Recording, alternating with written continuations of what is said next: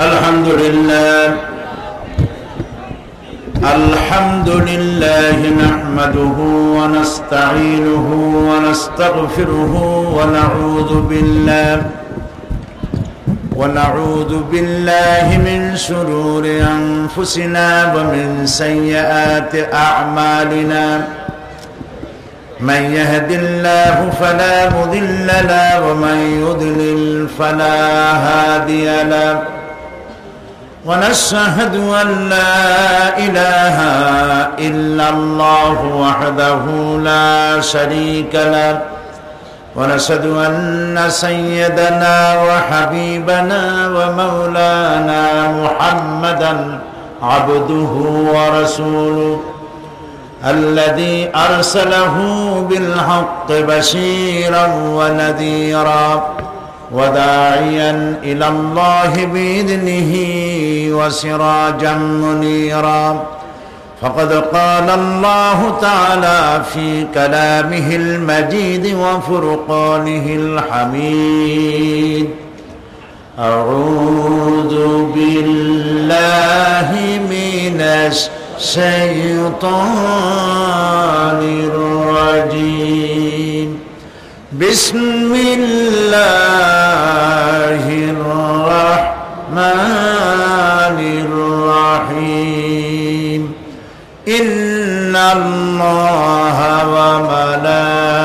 وملائكته يصلون على النبي يا أيها الذين آمنوا صلوا عليه وسلموا تسليما اللهم صل على مولانا محمد وعلى آل سيدنا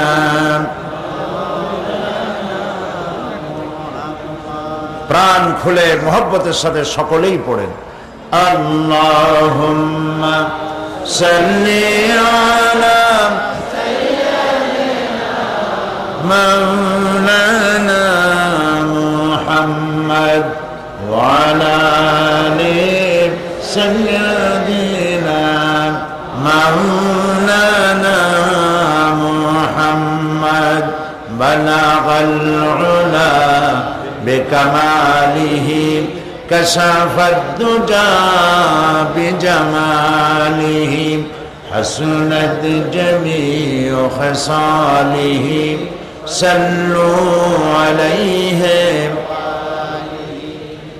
मुझे कुछ मिले या न मिले मोहम्मद मिले यानी वो सही जिससे अल्लाह मिले बलागल उला बिकमालिही कशफत दुजा बिजमालिही हसनत जमीउ खसालिही सल्लू अलैहि नसीमा जानबे बतहा गुजर कुन ज़हवालन मुहम्मद रा खबर कुन बलागल उला बिकमालिही कशफत दुजा बिजमालिही हसनत जमीउ खसालिही सल्लू अलैहि اللهم آمين ربنا ظلمنا أنفسنا وإن لم تغفر لنا وترحمنا لنكونن من الخاسرين أي الله تعالى 5 দিন ব্যাপী ঐতিহাসিক তাফসীরুল কোরআন মাহফিল চট্টগ্রাম প্যারেড ময়দানে আজকের এই দ্বিতীয় দিবসে বিশাল জনসমুদ্র নিয়ে তোমার দরবারে হাত তুলেছি মেহেরবানি করে আমাদের দরুদ ও সালামটুকুন সোনার মদিনায় নবী পাকের রওজা মুবারকে পৌঁছে দাও। तमाम पृथ्वीर माटिर नीचे যত মুমিন মুমিনাত শুয়ে আছেন তাদের আরো আর পরে সওয়াব পৌঁছে দাও রব্বুল আলামিন। এই মাহফিলের আয়োজন যারা করেছেন আর শোনার জন্য যারা এসেছেন, কিয়ামতের দিন মুসিবতের সময় এই মাহফিল আমাদের সকলের জন্য নাজাতের ওসিলা বানিয়ে দিও আল্লাহ। ইয়া রব करम तू अगर करे वो बात दे जुबान को जो दिल पर असर करे। रब्बना तक़ब्बल मिन्ना इन्नका अंतस समीउल अलीम व तुब अलैना इन्नका अंतत तव्वाबुर रहीम। सुब्हान रब्बिका रब्बिल इज्जति अम्मा यसिफून व सलामुन अलल मुरसलीन वल्हम्दुलिल्लाहि रब्बिल आलमीन। जनाब सदर बंधुवर शेखुल हदीस अल्लामा हजरत मौलाना शमसुद्दीन साहेब मदजिल्लुल आली, आजकेर सम्मानित अतिथि, विशेष अतिथि मुफस्सिर कुरआन, आंतर्जातिक ख्याति सम्पन्न आलिमे दीन हजरत मौलाना लुत्फुर रहमान साहेब दामत बरकातुहु, चट्टग्रामेर शीर्षस्थानीय उलामाए केराम, उपस्थित कुरान प्रेमिक दीनदार ईमानदार भाइरा, पर्दार आড়ালের মা এবং বোনেরা, সুপ্রিয় সাংবাদিক বৃন্দ, আসসালামু আলাইকুম ওয়া রাহমাতুল্লাহি ওয়া বারাকাতুহু। মহান আল্লাহ রব্বুল ইজ্জত ওয়াল জালাল তার দরবারে শুকরিয়া আদায় করি যে আল্লাহ পাক দয়া করে মেহেরবানি করে চট্টগ্রাম ইসলামী সমাজ কল্যাণ পরিষদ কর্তৃক আয়োজিত ঐতিহাসিক তাফসীরুল কোরআন মাহফিলের আজকের এই দ্বিতীয় দিবসে আমাদেরকে কোরআন শোনার জন্য, বলার জন্য এ মাঠে হাজির হওয়ার তৌফিক এনায়েত করেছেন। সেই মনিবের দরবারে সেজদা অবনতভাবে শ্রদ্ধা জড়িত কণ্ঠে হৃদয়ের সবটুকুন আবেগ উজাড় করে পড়ছি আলহামদুলিল্লাহ রব্বানা লাকাল হামদ হামদান কাসীরান তাইয়্যিবান মুবারাকান ফীহি ইয়া রাব্বি লাকাল হামদু কামা ইয়ানবাগি লিজালালি ওয়াজহিকা ওয়া আযীমি সুলতানিকা। আমরা আমাদের মনিব, আমাদের রব, আমাদের খালেক, আমাদের মাওলা, আমাদের মনিব আল্লাহ সুবহানাহু ওয়া তাআলার প্রশংসা করে নিলাম। তিনি দয়া করে চট্টগ্রাম ইসলামী সমাজ কল্যাণ পরিষদ কর্তৃক আয়োজিত তাদের 24তম বার্ষিকী তাফসীরুল কোরআন মাহফিল 2003-এ আমাদেরকে এর দ্বিতীয় দিন এখানে উপস্থিত হওয়ার তৌফিক দিয়েছেন। পুনর্বার বলি আলহামদুলিল্লাহ। বঙ্গোপসাগরের জোয়ার ভাটা হয়, প্রশান্ত মহাসাগরে হয়, আটলান্টিক মহাসাগরে হয়, পৃথিবীর সমস্ত সাগর মহাসাগরের পানি এক পর্যায়ে গিয়ে শেষ হতে পারে এবং পরিমাপও করা যেতে পারে, কিন্তু আল্লাহ রাব্বুল আলামিনের আযীম কিতাব কোরআনে কারীম এর কোনো শেষ নাই, সীমাহীন অসীম এক জ্ঞানের মহাবিশ্বের মহাবিস্ময় আল কোরআন। পৃথিবী জুড়ে তাফসীর হয়েছে অসংখ্যবার, লেখা হয়েছে, বলা হয়েছে, কিতাবের শেষ নাই, বলারও শেষ নাই এবং কিয়ামত পর্যন্ত শেষ হবেও না। সাহেবে কোরআন, কোরআনের মালিক যিনি, কে তিনি বলুন? সবাই বলুন। কোরআনের মালিক বলছেন, قُلْ لَوْ كَانَ الْبَحْرُ مِدَادًا لِكَلِمَاتِ رَبِّي لنفد البحر قبل أن تنفد كلمات ربي ولو جئنا بمثله مددا আল্লাহ পাক বলেন, নবী আপনি বলুন, তাম পৃথিবীর সমস্ত সমুদ্র মহাসমুদ্রের পানিগুলি যদি কালি হয়ে যায়, আর তাই দিয়ে যদি আমার রবের কালিমার ব্যাখ্যা লেখা যদি শুরু হয়ে যায়, লিখতে লিখতে তাম পৃথিবীর সমস্ত পানিগুলি শেষ হয়ে যাবে, আমার রবের কালামের ব্যাখ্যা লেখা শেষ হবে না। এমন একখানা কিতাব আল্লাহ পাক আমাদেরকে দান করেছেন, আলহামদুলিল্লাহ বলি। বিশাল নিয়ামত, আজিম নিয়ামত। এই নিয়ামত দিয়ে নবী করিম সাল্লাল্লাহু আলাইহি ওয়াসাল্লাম একটি অশিক্ষিত, একটি বর্বর জাহিলি সমাজকে পৃথিবীর শ্রেষ্ঠ সমাজে পরিণত করেছিলেন কোরআনের শিক্ষা দিয়েই। সুবহানাল্লাহ। নবী করিম সাল্লাল্লাহু আলাইহি ওয়াসাল্লাম পৃথিবীর মানুষকে তিনি মেসমেরিজম করেন নাই, হিপনোটাইজ করেন নাই। মানবগুলির চরিত্রের ভিতরে যে রেডিক্যাল চেঞ্জ, বিরাট একটি পরিবর্তন আনয়ন করেছিলেন এবং সুখী, সমৃদ্ধশালী, সন্ত্রাসমুক্ত, দুর্নীতিমুক্ত একটি সমাজ বিনির্মাণ করে পৃথিবীবাসীকে উপহার দিয়েছিলেন, সেটি ছিল আল কোরআন। বলুন, সেটির নাম কি? এই কোরআন হচ্ছে বিশ্ববাসীর জন্য সর্বশ্রেষ্ঠ নিয়ামত। যদি প্রশ্ন করি এই পৃথিবীর মধ্যে সর্বশ্রেষ্ঠ সৌভাগ্যবান জাতি কারা, কি জবাব দেবেন? বলেন। পাল্টা প্রশ্ন যদি করি এই পৃথিবীর মধ্যে সব থেকে দুর্ভাগা, হতভাগ্য জাতি কারা, কি জবাব দেবেন? বলেন। দুটোরই জবাব হচ্ছে মুসলমান। সৌভাগ্যবান জাতি এ কারণে, পৃথিবীর কোন জাতির কাছে আল্লাহ পাকের বাণী অবিকল ভাবে কোন জাতির কাছে নাই। পৃথিবীতে আজ অসংখ্য খ্রিস্টান, শত শত কোটি খ্রিস্টান, তাদেরকে চ্যালেঞ্জ করা হয়েছে।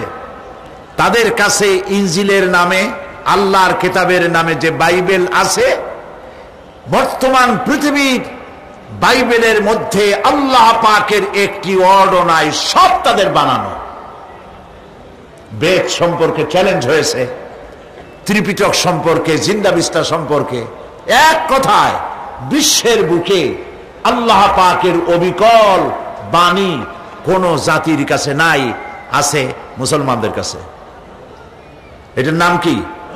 কোরআন। সবগুলি তারমিম, তাহরিফ হয়েছে, কারণ এগুলির প্রয়োজন নাই। নবী করিম সাল্লাল্লাহু আলাইহি ওয়াসাল্লাম পৃথিবীতে আসার পর সমস্ত কিতাবের শরিয়াত কাট করে দেওয়া হয়েছে, এগুলির আর প্রয়োজন নাই। নবুয়ত শেষ, তাদের শরীয়তও শেষ। শুরু হয়েছে নবী মুহাম্মদ রাসূলুল্লাহ সাল্লাল্লাহু আলাইহি ওয়াসাল্লামের নবুয়ত। তারপরে আর নবী নাই, কোরআনের পরে আর কোনো কিতাব নাই, মুসলমানদের পরে আর কোনো উম্মত নাই। সুবহানাল্লাহ বলে। প্রয়োজন নাই বলে সেগুলি শেষ হয়ে গিয়েছে। আর এটির হেফাজতের দায়িত্ব নিয়েছেন কে? বলেন সবাই। মহান আল্লাহ রাব্বুল আলামিন কোরআনে কারীমের মধ্যে বলেছেন, ইন্না নাহনু নাযালনা যিকরা ওয়া ইন্না লাহু লাহাফিজুন। কোরআন নাজিল করেছি আমি আল্লাহ, আর এর হেফাজত করার দায়িত্ব আমার। নাজিল করছি আমি, হেফাজতের দায়িত্ব আমার। যেহেতু আল্লাহর কথা পৃথিবীতে আর একটি বর্ণ পৃথিবীর মানুষের জন্য আল্লাহর পক্ষ থেকে আসার কোনো জরুরত নাই। যা বলার বলা হয়ে গেছে। সুবহানাল্লাহ বলে। এই জন্যে কোরআনের, আল্লাহর এই বাণী আমাদের কাছে আছে, এজন্য আমরা সৌভাগ্যবান। আর হতভাগ্য এই কারণে, কোরআনের মতো একখানা বিশাল কিতাব, আল্লাহর বাণী দিয়া ভরা, একটি শব্দ মানুষের নাই এর মধ্যে। সেই কোরআন থেকে আমরা আমাদের ভাগ্য বদলাইতে পারলাম না। এই কথা আমি মনে হয় এই মঞ্চে একাধিকবার বলেছি। আপনাদের স্মরণের জন্য আবার বলি, এই কোরআন শরীফ আমাদের ঘরে থাকে কাপড় দিয়ে পেঁচানো, থাকে না? কথা না বললে বুঝি কি? থাকে। সেই কাপড়টা যদি পড়ে যায় কোথাও আর যদি পা লাগে, তাহলে আমাদের মধ্যে একটা অপরাধ বোধের সৃষ্টি হয় কিনা? মনে হয় যেন একটা গুনাহ করে ফেলেছি, তাড়াতাড়ি উঠাইয়া চুমা খাই, বুকে লাগাই। এটা ঠিক কিনা? যদিও এটা এরকম বলা হয় না যেরকম করা লাগবে, কিন্তু আমরা করি, আদবের কারণেই করি, ঠিক না? আমরা করি। এটা তো এক টুকরা কাপড়, যেমন এই টেবিলের উপর এক টুকরা কাপড়, আমার গায়ে কাপড়, আমার পায়েও কাপড় জড়ানো, তার মানে মোজা একটা পায়ে আছে, আমার পরনেও কাপড় আছে। এইসব কাপড়ে পাও যদি লাগে আর পাড়াইও যায়, শরীর একটু শিউরে ওঠে না, ঠিক কিনা? কিন্তু ওই কাপড় টুকরা যেটি কোরআনের সাথে জড়ানো ছিল, পা লাগলে শিউরে উঠি আর বুঝি একটা বড় অপরাধ করে ফেলেছি, উঠাইয়া চুমা দেই। কারণ হচ্ছে ওটাও কাপড়, এটাও কাপড়, সেটাও কাপড়। এই কাপড় টুকুর যেটায় পাও লাগলে পরে শিউরে উঠি, এই কাপড় টুকরা আল্লাহর কিতাবের সাথে কয়েকদিন জড়ানো ছিল। কয়েকদিন জড়ানো থাকার কারণে কাপড় টুকরার মর্যাদা বেড়ে গেল, আর যার জন্য কোরআন নাজিল হলো তার মর্যাদা বাড়ল না। এটাই হলো নির্মম সত্য কথা, নির্মম বাস্তবতা। আমি হযরত মাওলানা লুৎফর রহমান সাহেবের বক্তব্য আমি খুব পছন্দ করি। আমি যাদের বক্তৃতা পছন্দ করি তাদের মধ্যে তিনি একজন। আমি শুনতেছিলাম পথে আসতে আসতে তিনি কি বলতেছিলেন, আমি ওনার সাবজেক্ট বুঝে ফেলছিলাম। আজ যদি আমরা মার খেয়ে থাকি, মারের জন্য যদি প্রস্তুতি নিয়ে থাকি, তার একমাত্র কারণ কোরআনের থেকে আমার সম্পর্ক ডিটাচ হয়ে গিয়েছে। কোরআনের সাথে সম্পর্ক যতটা গড়ার ছিল গড়তে পারি নাই। এরপরে আবার শুরু হয়েছে ইসলাম এবং কোরআন সম্পর্কে অজ্ঞতা এবং বিদ্বেষ থাকার কারণে এক শ্রেণীর বুদ্ধিজীবীরা কোরআন সম্পর্কে বিভ্রান্তি ছড়ায়, মুসলমানদের সম্পর্কে বিভ্রান্তি ছড়ায়, ইসলাম সম্পর্কে অপপ্রচার চালায়। তারা কি বলে? তারা বলে মুসলমানরা হলো ধর্মান্ধ, আর ইসলাম এর ইতিহাস থেকে আসে রক্তের গন্ধ। নাউজুবিল্লাহ বলে, এর ইতিহাস থেকে নাকি রক্তের গন্ধ আসে।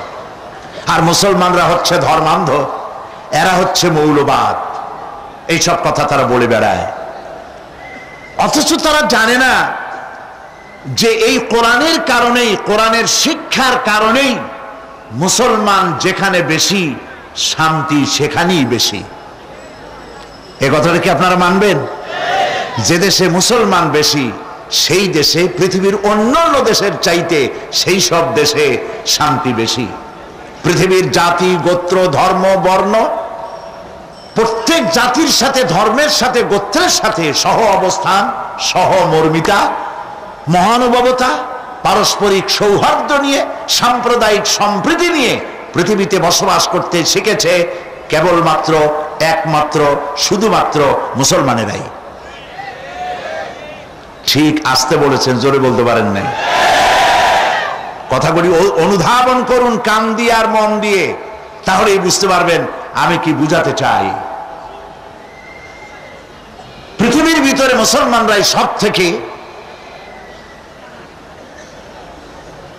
মানুষের সঙ্গে সম্প্রীতি বজায় রেখে চলার জন্য উপযোগী একটি জাতি মুসলমান। একটি প্রমাণ দেই, প্রমাণ দিলে মানুষ বুঝতে মানুষের জন্য সহজ হয়, ঠিক কিনা? আমাদেরকে বলা হয় মুসলমান নাকি, ইসলাম নাকি সাম্প্রদায়িক, যার জন্য এই দেশের একটি বৃহৎ বিরোধী দল তাদের গঠনতন্ত্রের ভেতরে ধর্মনিরপেক্ষতার সাথে আবার অসাম্প্রদায়িক শব্দটি জুড়ে দিয়েছে। তারা বুঝাতে চায় ইসলাম হলো সাম্প্রদায়িক। 1947 সনের 14ই আগস্ট এই ভূখণ্ড, এই বাংলাদেশ একবার ব্রিটিশ বেনিয়াদের হাত থেকে স্বাধীনতা অর্জন করে। ঠিক কিনা? আর ঠিক একই বছর একদিন আগে পিছে প্রতিবেশী ভারত স্বাধীনতা অর্জন করে। কোন বছর? 47। এবার দেখুন কারা সাম্প্রদায়িক আর কারা সাম্প্রদায়িক নয়। ইতিহাস কি বলে? বিশ্বের ইতিহাস সাক্ষী, গোটা দুনিয়াবাসী সাক্ষী। 1947 থেকে শুরু করে 2003 সালের আজকের 7ই জানুয়ারি পর্যন্ত এই ভূখণ্ডে একটি সাম্প্রদায়িক দাঙ্গাও হয় নাই। যদি হয়ে থাকে আমি ছাত্র হিসেবে শিখব। আমারে শিখান, বলেন বাংলাদেশের কোন জেলায় কোন উপজেলায় হিন্দু মুসলমান সাম্প্রদায়িক দাঙ্গা হয়েছে, একটি দৃষ্টান্ত দেখান। পারবেন না দেখাতে। পার্শ্ববর্তী দেশ ভারত 1947 সনে একদিন আগে পরে অগস্ট মাসে তারাও স্বাধীন হলো। 1947 থেকে 2003 সালের আজকের 7ই জানুয়ারি পর্যন্ত ভারতের বুকে হিন্দু মুসলমান সাম্প্রদায়িক দাঙ্গা হয়েছে 18,000 বার।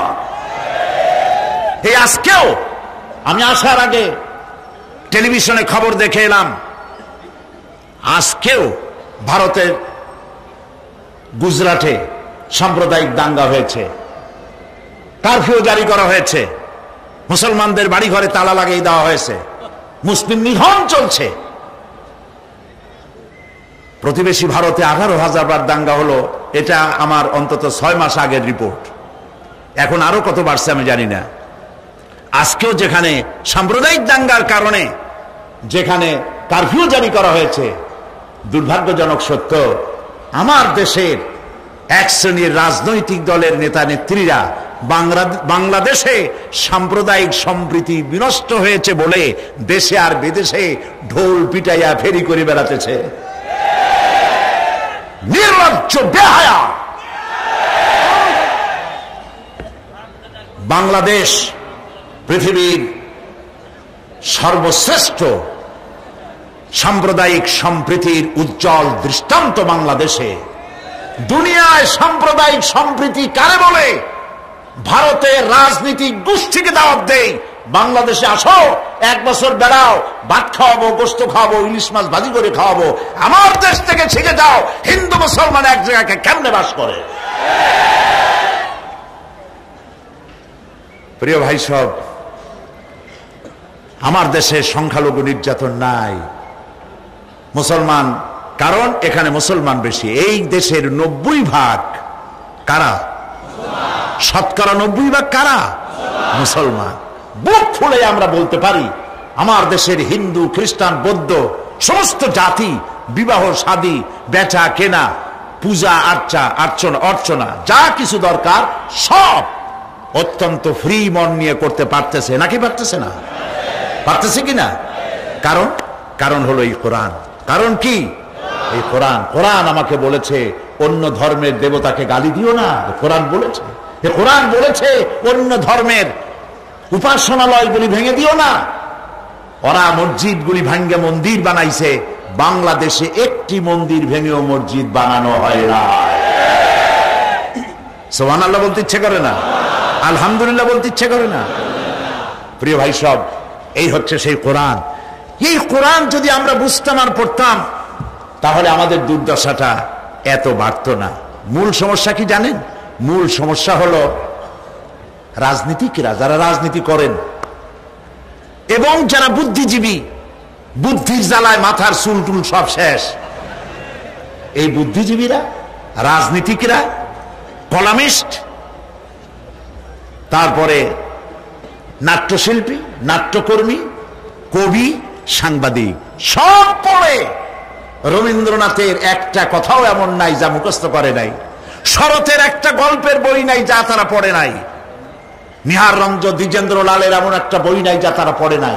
কিন্তু দুর্ভাগ্য, মুসলমান নামের কলঙ্ক এই রাজনীতিবিদ আর বুদ্ধিজীবী আর কলামিস্টদের আল্লাহর কোরআন পড়তে জানে না। কোরআন পড়তেও জানে না, কোরআন বুঝতেও চেষ্টা করে না, মনে করে এটা একটা ধর্মগ্রন্থ। বেদোজা এটাও তাই। বলেন নাউজুবিল্লাহ, নাউজুবিল্লাহ। এই অবস্থার পরিবর্তন হতে পারে যদি আমার দেশের শিক্ষিত লোকেরা, পেশাজীবী লোকেরা, রাজনীতিকরা, অন্তত যারা মুসলমান বলে দাবি করেন, তাদেরকে কোরআন পড়তে হবে, বুঝতে হবে, শিখতে হবে। তাহলেই এই সমস্যার সমাধান হবে। নিজের জাতকে শত্রু মনে হবে না। কোরআন না জানার কারণে আশিদ্দাউ আলাল কুফার রুহামাউ বাইনাহুম, মুসলমান হচ্ছে ওরা যারা নিজেরা পরস্পরের প্রতি দয়া এবং করুণায় শিখত, আর কাফেরদের ব্যাপারে বজ্র কঠোর। কিন্তু কোরআন না জানার কারণে এরা হয়েছে আশিদ্দাউ বাইনাহুম রুহামাউ আলাল কুফার। নিজেদের ব্যাপারে মুসলমানের নাম শুনলে গা জ্বলে ওঠে, আলেমদের নাম শুনলে পায়ের রক্ত মাথায় গিয়ে ওঠে। নিজেদের মধ্যে হাজারো সন্ত্রাসী থুইয়া শাইখুল হাদিসরে খুনের আসামি বানাইয়া জেলখানায় ঢুকায়, কোরআন না জানার কারণে। অন্যদেরকে ভালো লাগে, বুদ্ধিজীবী, কলামিস্ট, নামাজ নাই, রোজা নাই, আল্লাহ নাই, পরকাল নাই, ইসলামকে বরদাস্ত করতে পারে না, এগুলি কলিজার টুকরা। আর আলেমদের দেখলে গাটা জ্বলে ওঠে। আছে না এমন? এই অবস্থার পরিবর্তন না হওয়া পর্যন্ত আল্লাহর গজব থেকে এড়াইতে পারবে না। প্রিয় ভাই সব, ভূমিকা লম্বা করবো না, তাহলে আসল জায়গায় যাইতে পারবো না। আরেকটি প্রশ্ন তোলা হয় বুদ্ধিজীবীদের পক্ষ থেকে, সেটা হলো কোরআন আর বিজ্ঞান। কোরআন হলো পুরানা আর বিজ্ঞান হলো নতুন। কাজী বিজ্ঞান নিত্য নবীন আবিষ্কার দিয়ে পৃথিবীবাসীকে উপকৃত করতেছে, এই জন্য কোরআন নয় বিজ্ঞানী গ্রহণযোগ্য, এই জাতীয় কথাবার্তা বলতে চান তথাকথিত বুদ্ধিজীবীরা, ঠিক না? কিন্তু বিশ্বাস করুন, কোরআন আর বিজ্ঞান সাংঘর্ষিক নয়। বিজ্ঞানের আবিষ্কার যত বাড়বে, কোরআন বোঝা মানুষের জন্য তত সহজ হবে। নব নব আবিষ্কার দিয়ে বিজ্ঞানীরা পৃথিবীকে উপকৃত করবে ঠিকই, কিন্তু কিয়ামত পর্যন্ত বিজ্ঞানীরা কোরআনের কাছে ভিক্ষুকের মতো দাঁড়ায় থাকবে কিয়ামত পর্যন্ত। কারণ বিজ্ঞানের উৎসই হচ্ছে কোরআন। বিজ্ঞানের উৎস কি? কোরআন। কোরআন এসেছে মহাবিজ্ঞানময় আল্লাহ রাব্বুল আলামিনের পক্ষ থেকে। এখন আসুন, সেই মহাবিজ্ঞানময় আল্লাহ পাক আমাদেরকে কি বলছেন। গতকাল আমরা আলোচনা করেছিলাম কোন সূরা? সূরা নাবা। আসুন, আলোচনার আগে শয়তানের ওয়াসওয়াসা থেকে আল্লাহর কাছে পানাহ চাই। পড়েন আমার সাথে, আউযু বিল্লাহি মিনাশ শাইতানির রাজীম, বিসমিল্লাহির রাহমানির রাহিম। বিতাড়িত মরদুদ শয়তানের ওয়াসওয়াসা থেকে পানাহ চাই পরম করুণাময় আল্লাহ রাব্বুল আলামিনের নামে। শুরু করছি। আম্মা ইয়াতাসাআলুন আনিন নাবাইল আযীমিল্লাযী হুম ফীহি মুখতালিফুন কাল্লা সায়া'লামুনা সুম্মা কাল্লা সায়া'লামুন ألم نجعل الأرض مهادا والجبال أوتادا وخلقناكم أزواجا وجعلنا نومكم سباتا وجعلنا الليل لباسا وجعلنا النهار معاشا وبنينا فوقكم سبعا شدادا وجعلنا سراجا وهاجا وأنزلنا من المعصرات ماء سجاجا لنخرج به حبا ونباتا وجنات ألفافا صدق الله العظيم। গতকাল আমরা সুম্মা কাল্লা সায়া'লামুন এই পর্যন্ত আলোচনা করেছিলাম, মনে আছে নিশ্চয়ই আপনাদের। অর্থাৎ পরকাল সম্পর্কে কাফেরেরা যে প্রশ্ন তুলতো, যেটা একটা অসম্ভব, এটা হইতে পারে না, মরে যাব, গলে যাব, মাটির সাথে মিশে যাব, এরপর আমাদেরকে আবার চিন্তা করা হবে, এইটা বুদ্ধি বহির্ভূত, এটা আমরা বিশ্বাস করি না।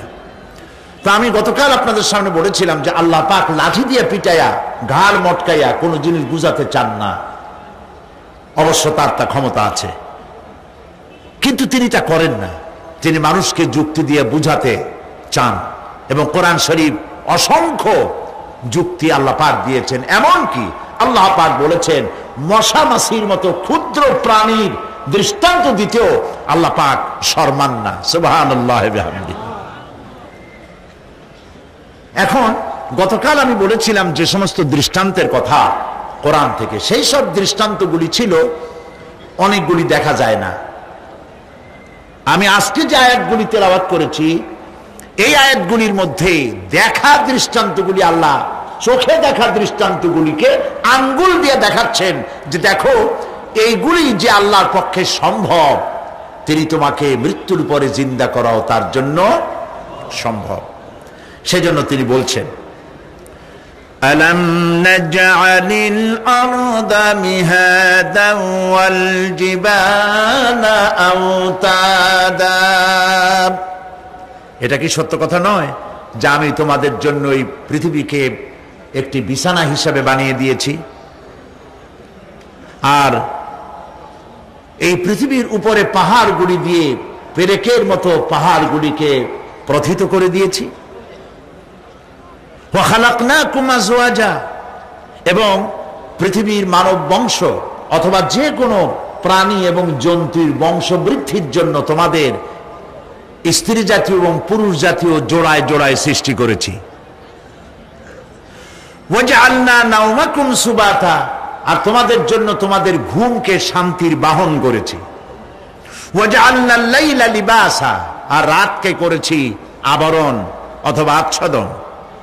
ওয়াজআলনা নাহারা মাআশা, আর রুজি কামাবার জন্য দিনটাকে করেছি আলোকোজ্জ্বল।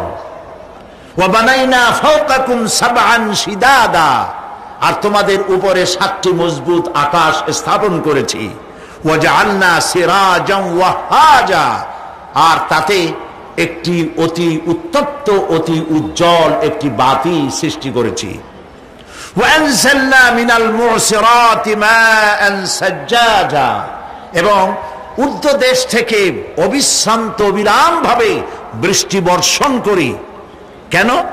লিনুখরিজা বিহি হাব্বান ওয়া নাবাতা, যাতে করে শস্য, শাক, সবজি, উদ্ভিদ আর নিবিড় বাগান সৃষ্টি করতে পারি। ব্যাস, এই ছিল তেলাওয়াতকৃত আয়াতের শাব্দিক তর্জমা। আসুন এবার ব্যাখ্যায় চলে যাই। আমি গতকাল বলেছি, মনে হয় আপনাদের মনে আছে, যে আমরা যেহেতু সময় 5 দিন, আমরা ধীরে ধীরে ঘরোয়া পরিবেশের মতো করে আলোচনা করব ইনশাআল্লাহ, যাতে করে প্রত্যেকটি কথা আমরা বুঝতে পারি আর আমরা পকেটে করে নিয়ে বাড়ি যেতে পারি, হৃদয় গ্রথিত করে জীবনের পরতে পরতে তা আমল করতে পারি। আল্লাহ যেন তৌফিক দেন, বলেন আমিন। আল্লাহ পাক বলছেন, দেখো এই পৃথিবীটাকে, এই জমিনটাকে একটি বিছানা হিসাবে আমি বিছায় দিয়েছি, শান্তিময় আবাস ভূমিতে পরিণত করে দিয়েছি এই পৃথিবীটাকে। আল্লাহ পাক বলছেন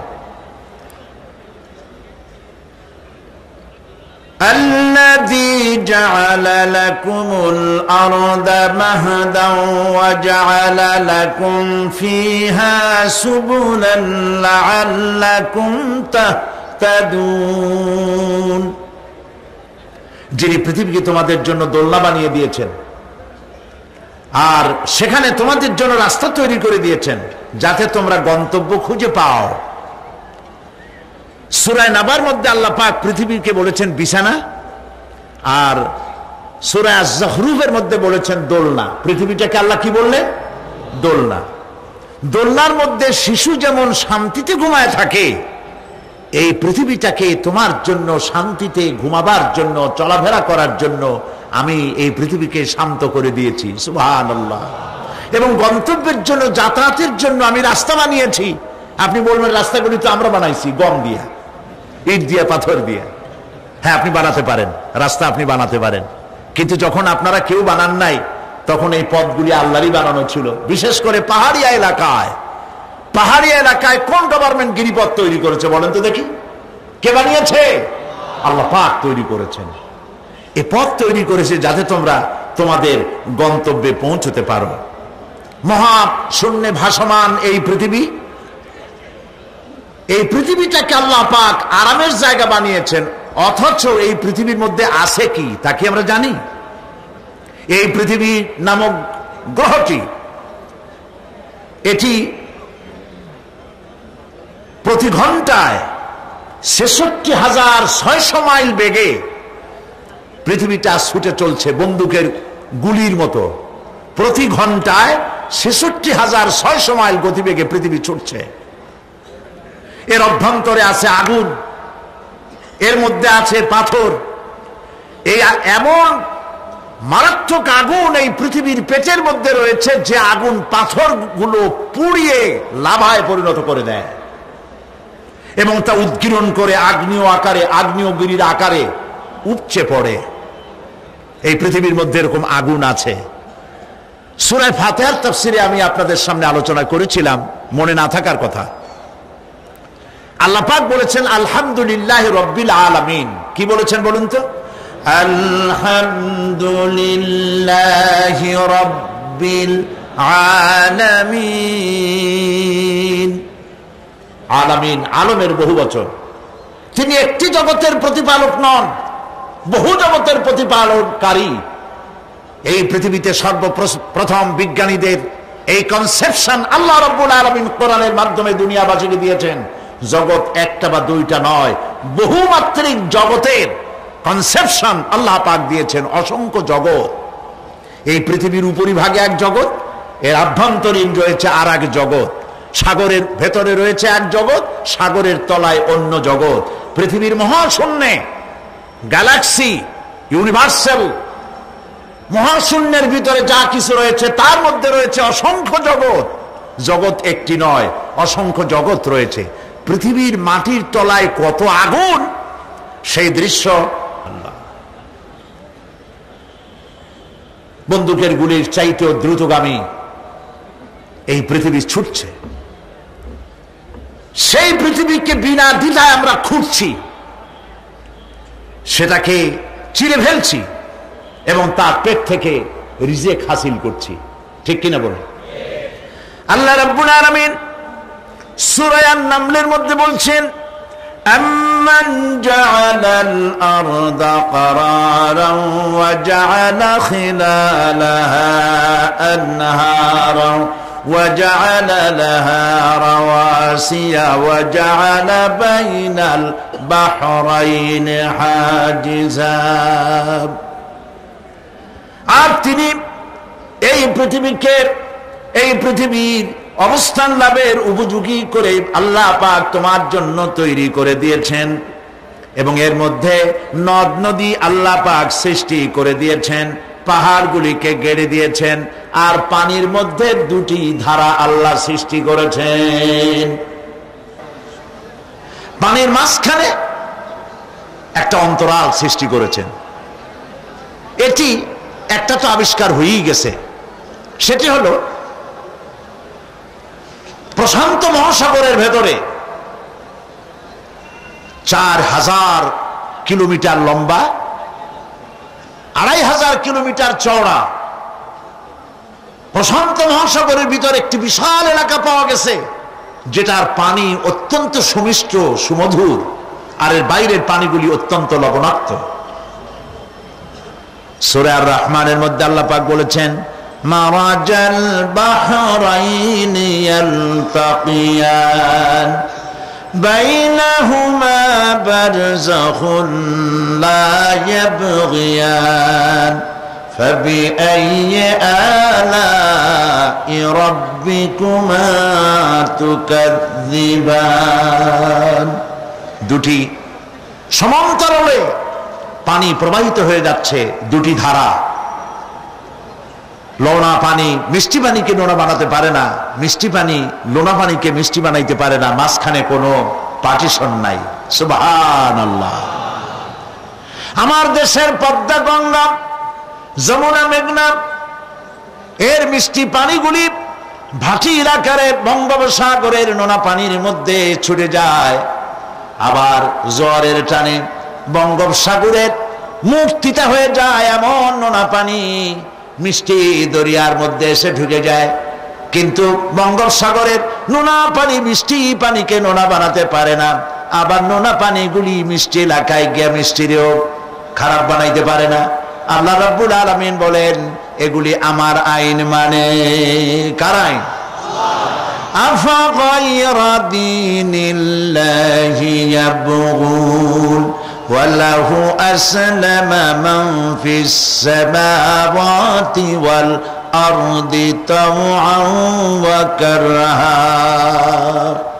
আকাশে আর জমিনে যা কিছু আছে সব আনুগত্যের মস্তককে আমার সামনে অবনতি করে দিয়েছে। সুতরাং এর আমার আইন মানে চাঁদ, সূর্য, গ্রহ, নক্ষত্র আইন মানে কার?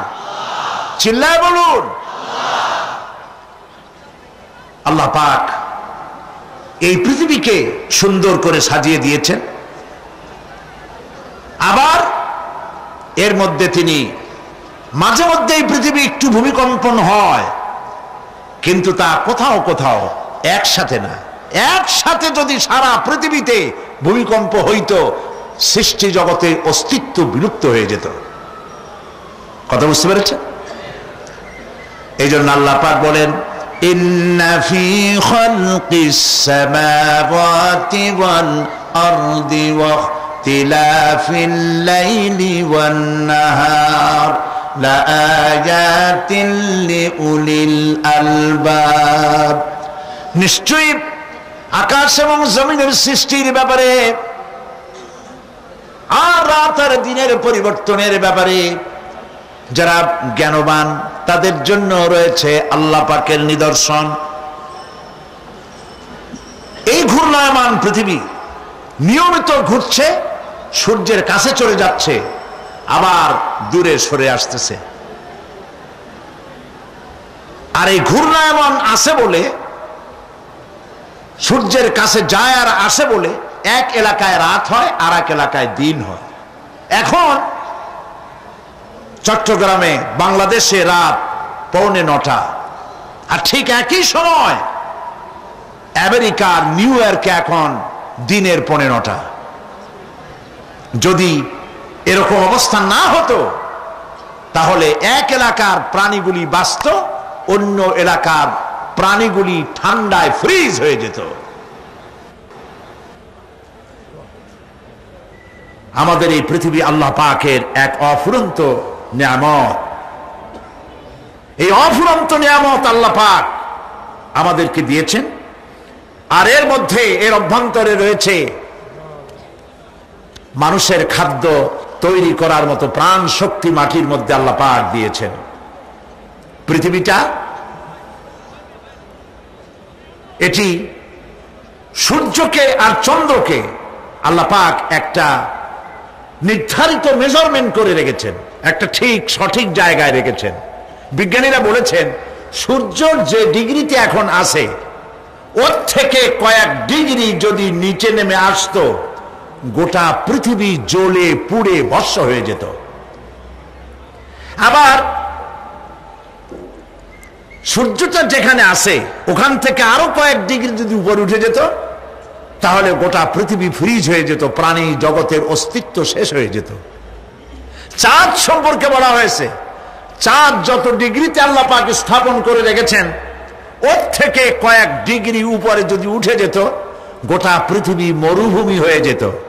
আর যদি কিছু নেমে আসতো, গোটা পৃথিবীতে জলোচ্ছ্বাস হয়ে পানিতে পৃথিবী ডুবে শেষ হয়ে যেত। তাও সুবহানাল্লাহ বলবো না? এ সমস্ত কুদরত কার? আল্লাহ পাক। আল্লাহ রাব্বুল আলামিন এরপরে বলছেন, ওয়াল জিবালা আওতাদা, মাটিকে বানালাম বিছানা, আর এই বিছানাকে এটা যেন তোমাকে নিয়ে নড়াচড়া করতে না পারে, সেই জন্য আমি পাহাড়গুলি পেরেকের মতো গেড়ে দিলাম। এখানে আছে যে পাহাড়কে পৃথিবীর মধ্যে পেরেকের মতো গেড়ে দিছি। কেন দিছি সেটি এসছে অন্য আয়াতে। আল্লাহ রাব্বুল আলামিন বলেন, وَأَلْقَى فِي الْأَرْضِ رَوَاسِيَ أَن تَمِيدَ بِكُمْ। আল্লাহ পাক বলেন, তিনি জমিনে পর্বতের নোঙর, পর্বতের পেরেক রকম করে এই পৃথিবীর মধ্যে গেড়ে দিয়েছেন, যেন পৃথিবীটা তোমাকে নিয়ে যেন হেলাদোলা করতে না পারে। এই পাহাড় পৃথিবীর ভারসাম্য রক্ষা করেছে। পাহাড়গুলি আজকে মানুষেরা কাটা শুরু করেছে। চিটাগংয়ে পাহাড় আছে না নাই? আছে কিনা? ইন্ডাস্ট্রি বানাবার জন্য, বাড়িঘর বানাবার জন্য পাহাড় যারা কাটছেন আত্মঘাতী কাজ করতেছেন। প্রকৃতির ভারসাম্য, এনভায়রনমেন্ট নষ্ট তো আমরাই করতেছি, ঠিক কিনা বলেন? কারা নষ্ট করতেছে? আমরা নিজেরাই করতেছি, আত্মঘাতী কাজ করছি। এই পৃথিবীতে কত পাহাড় দরকার, কত গাছ দরকার, কত পানি দরকার, সে কথা কে বলতে পারবেন? বলেন সবাই। আল্লাহ পাকের যা কিছু তিনি সৃষ্টি করেছেন সেগুলির উপরে হস্তক্ষেপ করা, কিছু কিছু জিনিসের উপরে হস্তক্ষেপ করা মারাত্মক আত্মঘাতী। পাহাড়গুলি দিয়ে এই সুউচ্চ পাহাড় শুধু খিল বানায় রাখছেন আল্লাহ, পেরেক বানায় রাখছেন, শুধু তাই নয়, এই পাহাড়ের উপরে পানি জমে থাকে বরফ হইয়া। আমরা যখন প্লেনে যখন যাই, ঢাকা এবং চিটাগং যে ফ্লাইটগুলি আসা যাওয়া করে, এগুলি 9,000, 10,000, 11,000 ফিট দিয়ে উচ্চতায় উড়ে আসে। কিন্তু আমরা যখন ইন্টারন্যাশনাল ফ্লাইটে উড়ি তখন সেগুলি চলে 35 থেকে 40,000 ফিট পর্যন্ত উচ্চতায় উড়ে যায়। পৃথিবী যে কত সুন্দর তা প্লেনে উঠলে বোঝা যায়। আর বাংলাদেশ যে কত সুন্দর মনোরম তা দেশের উপর থেকে প্লেনে উঠতে গেলে দৃশ্য দেখে, নয়ন অবিরাম দৃশ্য দেখে সেজদায় মাথা নত হয়ে আসে। সুবহানাল্লাহ, সুবহানাল্লাহ। আমার দেশ যে কত ভালো, আলহামদুলিল্লাহ বলেন। পৃথিবীর যে কোনো দেশের তুলনায় আমার দেশ অনেক অনেক অনেক ভালো, আলহামদুলিল্লাহ বলেন। এর গাছে হাত দিলে খাবার পাওয়া যায়, পানিতে হাত দিলে খাবার পাওয়া যায়, জমিনে হাত দিলে খাবার পাওয়া যায়, যেখানে হাত দেবেন সেখানে খাবার। আমাদের তো আসলে খাদ্যের অভাব না। আমাদের কি খাদ্যের অভাব আসলে? না, আসলে খাদ্যের অভাব না। আমাদের সব আছে, বিশাল বনজ সম্পদ আছে। কাপ্তাই, রাঙ্গামাটি, বান্দরবন যে দেখেন বনজ সম্পদ কাহাকে বলে। খুলনার ফরেস্ট এরিয়া যে দেখেন বনজ সম্পদ কারে বলে। রয়েছে বনজ সম্পদ, রয়েছে খনিজ সম্পদ, রয়েছে পশু সম্পদ, রয়েছে মৎস্য সম্পদ, রয়েছে পানি সম্পদ, সর্বোপরি রয়েছে মানব সম্পদ। সব আছে। তাহলে মরি কেন? মরি সৎ লোকের অভাবে, মরি সৎ নেতৃত্বের অভাবে। এই যে আল্লাহর আইন চাই আর সৎ লোকের শাসন চাই, এটা কোনো পাগলের স্লোগান না। এই স্লোগান এই বাংলাদেশের দেশপ্রেমিক জনগণের, তাওহীদবাদী জনগণের প্রাণের স্লোগান। আল্লাহর আইন চাই, আল্লাহর আইন চাই, সৎ লোকের অভাব। আর সৎ লোকের অভাব কেন? সৎ লোকের অভাব হচ্ছে কোরআন পড়ে না, কোরআন বোঝে না, জবাবদিহি করা লাগবে আল্লাহর কাছে, ওই অনুমতি নাই, কাজী অসৎ হয়ে যায়। দুনিয়া চাই তার কাছে সব। ইট, ড্রিঙ্ক এন্ড বি মেরি, খাও পান করো, দুনিয়াটা মস্ত বড়। এই বেলা ভাই মদ খেয়ে নাও, কাল নিশীতের ভরসা কই, চাঁদনি জাগিবে যুগ যুগ ধরি, আমরা তো আর রব না সই, জম্মের খাওয়া খাও। আর আল্লাহ কয় কুলু ওয়াতামাত্তাউ, খা জম্মের খাওয়া। তাই ঘুষের টাকা দিয়া বড় বড় পাঙ্গাস খায়, খাসির চর্বি খায়, পেট খান ফুলতে ফুলতে 2 খান তরমুজের সাইজ হয়ে যায়। কিছু কিছু লোক দেখা যায় বেল পড়ছে, বেল্টে কান্দে যে আল্লাহ ফাটিয়ে যাই কখন, এমন দুরবস্থা। সেই জন্য আমি সরকারি অফিসারদের সামনে, এখন তো বক্তৃতা করার সুযোগ হয় আলহামদুলিল্লাহ, আল্লাহ ওয়াজ করাইতেন মাঠে, ঢুকাইছেন পার্লামেন্টে, ঢুকাইছেন অফিসারদের মধ্যে। তো আমি অফিসারদের সামনে যখন বক্তৃতা করি তখন বলি, ভাইরা হালাল খান, বড় বড় পাঙ্গাস খাওয়া বাদ দেন, যা বেতন পান এ দিয়ে পাঙ্গাস খেতেন কেমনে? বিশাল পাঙ্গাসের চর্বি, খাসির চর্বি, এগুলো জম্মের মতো খাবেন, হার্টের ভিতরে করোনারি আর্টারি গুলি চর্বি দিয়ে ব্লক হয়ে যাবে, দুদিন পরে অ্যানজাইনা শুরু হবে, হার্টের বেদনা, তারপরে বাইপাস অপারেশন। সুতরাং ওগুলো খাইয়া হারাম, খাইয়া কোনো মজা নাই। কম দামের জিনিস খান, যা হালাল বেতন পান, কম দামের জিনিস খান, কচু শাক খান। হাসতেছেন আপনারা? আরে ভাই, কচু শাকে 100% ক্যালোরি, কচু শাক খান বেশি করিয়া। বিদেশি আপেল, আপেল তো আমার দেশে হয় না, বিদেশি আপেল বেশি না খাইয়া দেশের পেয়ারা খান, 2টা আপেলের সমান 1টা পেয়ারা। কোক 7 আপ ইহুদিদের পণ্য না খাইয়া 1টা ডাব খান। আর বড় সাইজের পাঙ্গাস না খাইয়া চেলা, পুটি, মলা, ডলা, কাসকি, আর কি কয় বলে, কি ময়নাটিয়া, মোল্লা, মৌলানা সাহায্য করেন আমাকে, মোল্লা, মোল্লা, তারপর লোট্টা, জি, এগুলো খান। কি হবে? এগুলোর মধ্যে রয়েছে ফসফরাস, খাইলে পরে চোখের দৃষ্টি বাড়তে থাকবে, হার্ট অ্যাটাক করবে না, স্বাস্থ্য ভালো হবে। স্বাস্থ্য ভালো হওয়ার অর্থ পেটটা বিশাল আকারে হওয়া না, পেটটা ছোট হওয়া, সিনাটা চওড়া হওয়া, এইটার নাম স্বাস্থ্য ভালো। সেই জন্য আল্লাহ রাব্বুল আলামিন এই পৃথিবীতে মানুষগুলিকে সুন্দর করে সৃষ্টি করে তার খাওয়া, চলা ফেরা, ওঠা বসা সব কিছুকে একটি নিয়মতান্ত্রিক পদ্ধতিতে পরিচালিত করেছেন। এটা বুঝলে পরে কল্যাণ, না বুঝলে অকল্যাণ।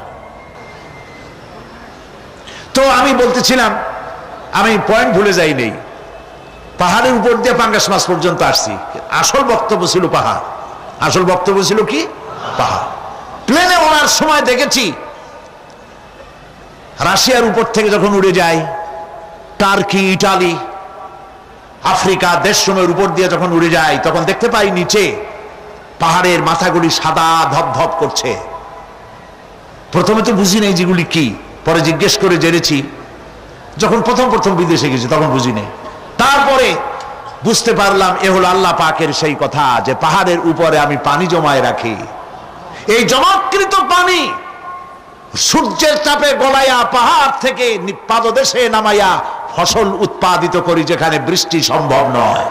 মানে বৃষ্টি যেখানে যাওয়ার প্রয়োজন নাই, সম্ভব নয় তা না, আল্লাহর কাছে অসম্ভব বলে কিছু নাই। কিন্তু কোথাও আল্লাহ পাক বৃষ্টি দিয়ে দেন, কোথাও সাগরের পানি, কোথাও খালের পানি, কোথাও নদীর পানি, কোথাও পাহাড়ের পানি দিয়ে এভাবে ব্যবস্থা করে দেন।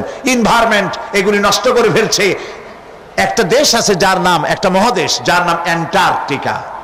এই অ্যান্টার্কটিকা মহাদেশে কোনো মানুষ নাই, আছে শুধু পেঙ্গুইন। কি আছে কোন তো? পেঙ্গুইন। আমাদের দেশের একটা দল ওই রকমের জামার উপর একটা কালো কিছু পরে, পেঙ্গুইনের মতোই লাগে।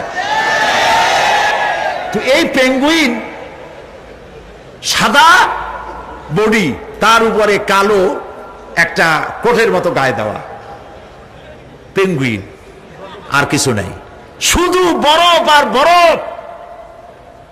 এগুলি জমা করে রাখার মধ্যে রয়েছে আল্লাহ পাকের বিশেষ কুদরত, যা আল্লাহ পাক মানুষের জন্য তৈরি করে রেখেছেন। মানুষ বুঝতে পারে না।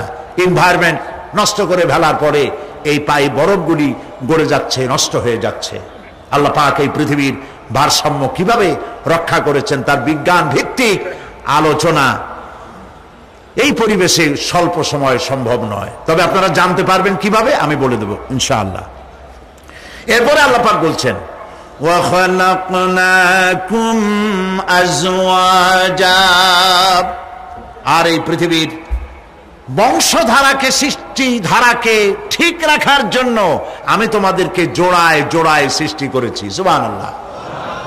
প্রত্যেকটি প্রাণীর ভিতরে স্ত্রী জাতীয়, পুরুষ জাতীয় আছেই, আছে কিনা বলেন? এমন একটা নাম কোন যেখানে শুধু পুরুষ, নারী নাই, স্ত্রী জাতীয় নাই? আছে নাকি? নাই। বংশধারা বৃদ্ধি করার জন্য প্রত্যেকটি প্রাণী আল্লাহ পাক বলছেন জোড়ায় জোড়ায় বানাইছি, তোমাদেরকেও আমি জোড়ায় জোড়ায় বানিয়েছি। আর কি করেছি? আল্লাহ পাক বলছেন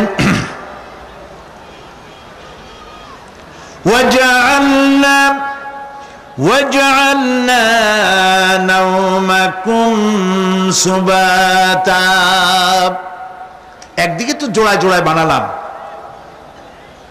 পুরুষ এবং স্ত্রী, এই পুরুষ আর স্ত্রী সৃষ্টি করার ভিতরে রয়েছে আল্লাহ পাকের নিদর্শন। কার নিদর্শন বলুন? কোরআনে কারিমে আল্লাহ পাক বলেন وَمِنْ آيَاتِهِ أَنْ خَلَقَ لَكُمْ مِنْ أَنْفُسِكُمْ أَزْوَاجًا لِتَسْكُنُوا إِلَيْهَا وَجَعَلَ بَيْنَكُمْ مَوَدَّةً وَرَحْمَةً إِنَّ فِي ذَلِكَ لَآيَاتٍ لِقَوْمٍ يَتَفَكَّرُونَ। আর আল্লাহ পাকের অসংখ্য নিদর্শনের মধ্যে এটিও নিদর্শন যে তিনি তোমাদের থেকে তোমাদের জোড়া সৃষ্টি করেছেন, তোমাদের স্ত্রী বানাইছেন। কেন? লিতাসকুনু ইলাইহা, যাতে করে তুমি তার কাছ থেকে তোমার মনের প্রশান্তি, সেও এবং তুমিও উভয়ের কাছে মনের প্রশান্তি খুঁজে পাও। ওয়া জাআলা বাইনাকুম মাওয়াদ্দা, আর আল্লাহ পাক তোমাদের মধ্যে সৃষ্টি করেছেন ভালোবাসা। ওয়া রাহমা, আর পরবর্তী সময় সৃষ্টি করেছেন দয়া এবং করুণা। লিতাসকুনু ইলাইহা বলতে বোঝানো হয়েছে যে এই ব্যবস্থা আপনি আপনি হয়নি, এটি একটি উদ্দেশ্যকে লক্ষ্য করে হয়েছে। একে অপরের নিকটে যেন শান্তি পায়, প্রশান্তি পায়, একজন আরেকজনের কাছে পূর্ণ মাত্রায় তাই মিলিত হওয়ার জন্য নির্জন পরিবেশের আশ্রয় নেয়। আর এভাবে করি আল্লাহ পাক মানব বংশের এই ধারাকে অব্যাহত রেখেছেন। সুবহানাল্লাহ। ওয়া জাআলা বাইনাকুম মাওয়াদ্দা, আর তোমাদের মধ্যে আল্লাহ পাক ভালোবাসা সৃষ্টি করেছেন। এই কথা বলার এর ব্যাখ্যা কি? ভালোবাসা সৃষ্টি করেছেন এর ব্যাখ্যা এরকম হতে পারে, কয়েক রকম। আমি যেটা জেনেছি সেটি হচ্ছে এরকম, ভালোবাসা সৃষ্টি হওয়ার তো কথা ছিল না। এক পর্যায়ে ভালোবাসা থাকবে কোন একটি বিশেষ সময়, বাকি সব সময় ঝগড়া হবে, এটাই হওয়া স্বাভাবিক